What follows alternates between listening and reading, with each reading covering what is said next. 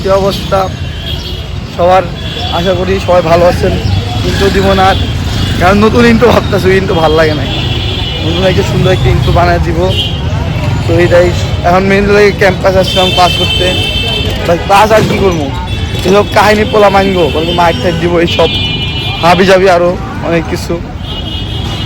এখন এক জায়গায় যাচ্ছি, সো ওই যেমন মনে যে ভয়েস ওভার দিয়ে দেবো, বুঝছেন, কারণ আগে করে একদম ভয়েস ওভার দিয়ে দেবো, পরে প্যারা হইব না। সো থাকেন আমাদের সাথে, দেখেন আজকে সারাদিনে কী করি।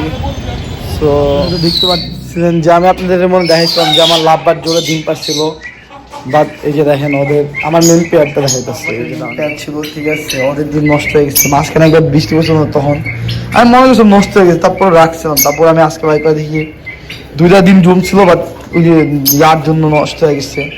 পরে দেয় যেমন এই যে দেখেন আমার টার্কি, এগুলো বাচ্চা আসতাম 3 দিনে, আমার সবই বেশিরভাগই 3-4 দিনে বাচ্চা না মুরগি, যেমন এটা এর জন্য মানে ব্যাকটেরিয়া দূর করার জন্য এখন এদারে যেমন এই যে দেখছেন গরম করতেছি, ভিতরে আগুন দেওয়া, এখন সব ব্যাকটেরিয়া দূর হয়ে যাবে।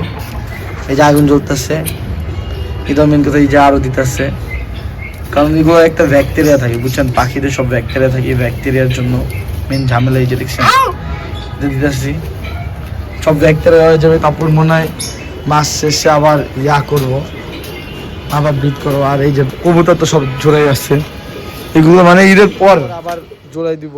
সো এতদিন যা ব্যাকটেরিয়া আছে ওইগুলা টানা 3 দিন মনে পুরাইতে পারি, তারপর সব ব্যাকটেরিয়া যাবে, তারপর আবার জোড়াই দিব। আপডেট তো আসবেই, প্যারানাই ছিল।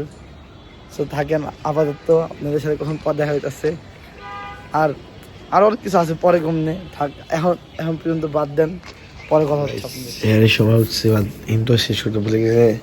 সো আজকের জন্য এটুকুই, আপনাদের সাথে আবার পর দেখা হবে কোনো ভিডিও, কোনো না কালকের ভিডিও। সো আজকের জন্য এটুকুই, আল্লাহ হাফেজ গাইস।